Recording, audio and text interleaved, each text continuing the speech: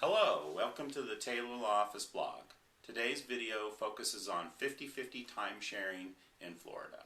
It comes up quite a bit in my practice when people ask for 50-50 timesharing or want it, and also it was in the news when the Florida legislature incorporated a presumption of 50-50 timesharing into the Florida statutes. Now the bill that would have done that ultimately failed because of a Governor Scott veto, but the proposal was that there should be a presumption of 50-50 timesharing unless certain exceptions apply, like a parent is incarcerated, or there was domestic violence in the household, or a parent lives out of state.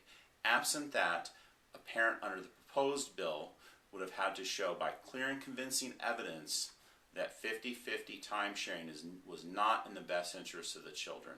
Now, that's a very steep burden to meet. So let me just give you my personal opinion on it. I don't think that having a numeric formula is actually a good idea. The current bill states as a policy that both parents should have and enjoy a substantial involvement in the children's life.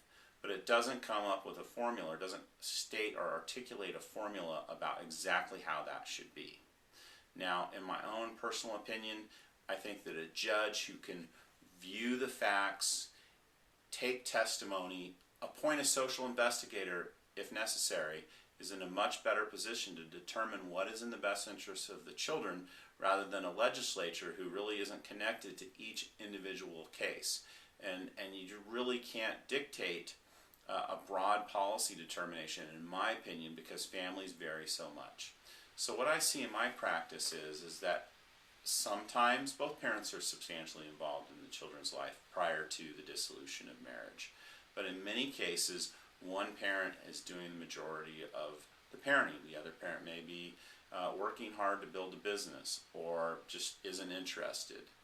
But the other parent is the one that's meeting with the children, who is interacting with the healthcare providers, who's handling the extracurricular activities.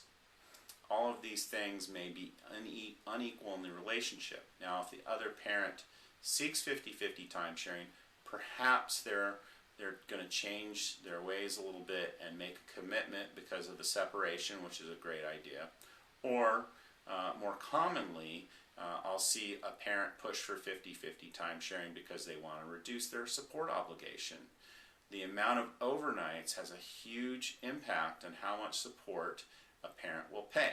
In a relationship where one parent has 80% of the overnights and the other parent has 20, the parent with 20 is going to be paying a lot more support than they would if they were able to get up to 50% of the overnights. Now that becomes a problem if they're successful with 50% of the overnights getting a court to award them that, and then they disconnect from the children and they shift the burden over to the other parent who has all of the responsibility, but they don't have the support that they're going to need to do the majority of the parenting. Now, even in an uncontested divorce here in Duval County, the judges are going to want to know, how is a 50-50 time-sharing arrangement going to work? Because it requires a lot of cooperation between the parties. You're going to have to be able to interact with the teachers to understand how the homework's progressing, extracurricular activities. All of that requires a high level of coordination between the parents, effective communication between the parents to make that work, and oftentimes judges are going to want to have testimony or take testimony to ensure that that arrangement will be carried out and it'll be in the best interest of the children.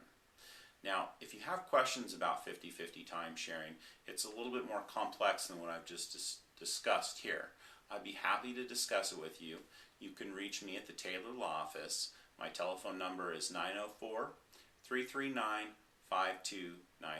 Thank you very much and have a great day.